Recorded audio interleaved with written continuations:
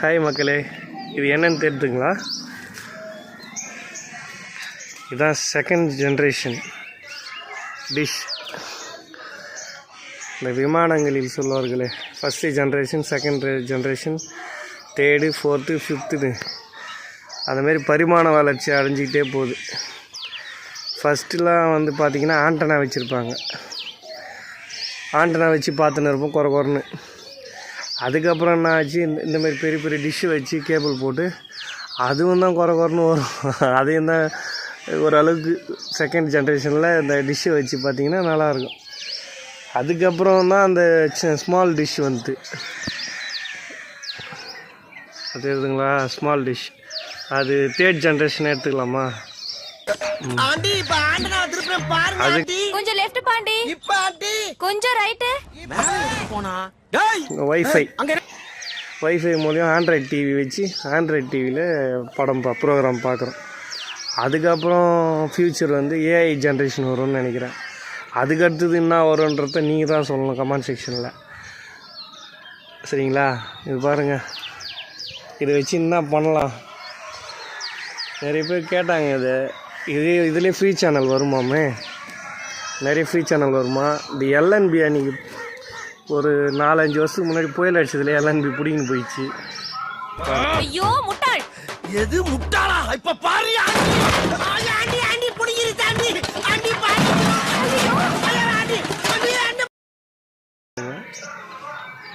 அது இருந்தால் இன்னும் கூட டிஷ் ஒர்க் ஆகுங்க.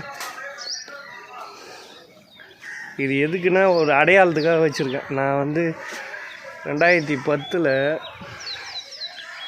காலேஜ் பிகாம் படிச்சுட்டு இருக்கும்போது இந்த தொழிலை ஆரம்பித்தேன்.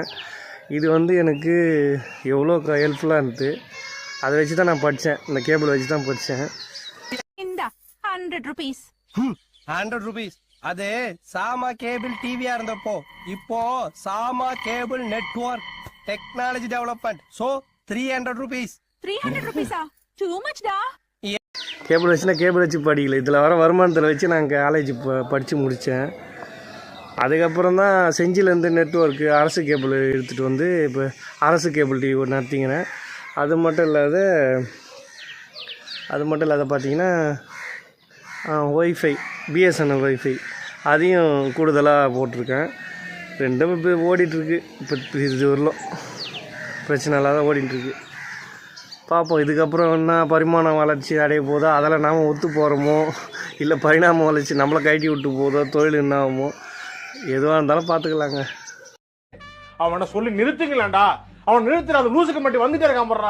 வர்ற நிறுத்துற அவனை, பைத்தியக்காரப்ப. எதுக்குடா வரீங்க எங்கெல்லாம்? இதாங்க எங்கள் ஊர் லொக்கேஷன் பாருங்கள், எப்படி இருக்குது பாருங்கள். முருங்கைக்காய் பெருகிறதே கிடையாது. அவனு ஏக்கச்சக்கமாக வளைஞ்சி போச்சு.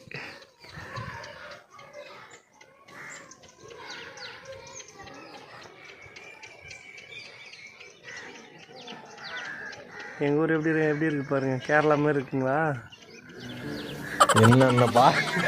என்னென்ன சொல்றான் பாருங்க. கம்பி கட்டுற கதையெல்லாம் எடுத்து போடுறாங்க. கீழே பார்த்தீங்கன்னா சாக்காயிடும். இந்த பாருங்க எவ்வளோ வழியிரு பாருங்க.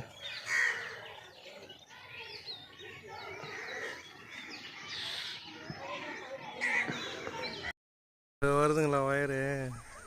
கிட்டத்தட்ட 10 கிலோமீட்ரு பக்கத்தில் இருக்க சிட்டியிலேருந்து நாங்கள் எடுத்துகிட்டு வந்திருக்கேன். அப்படியே போகுதுங்களா, அப்படியே போயிட்டு வீட்டுக்குள்ளே போகுது. அப்படியே எடுத்துகிட்டு வந்து இந்த ஆப்டிக்கல் ரிசீவரில் கொடுத்தாச்சுங்க.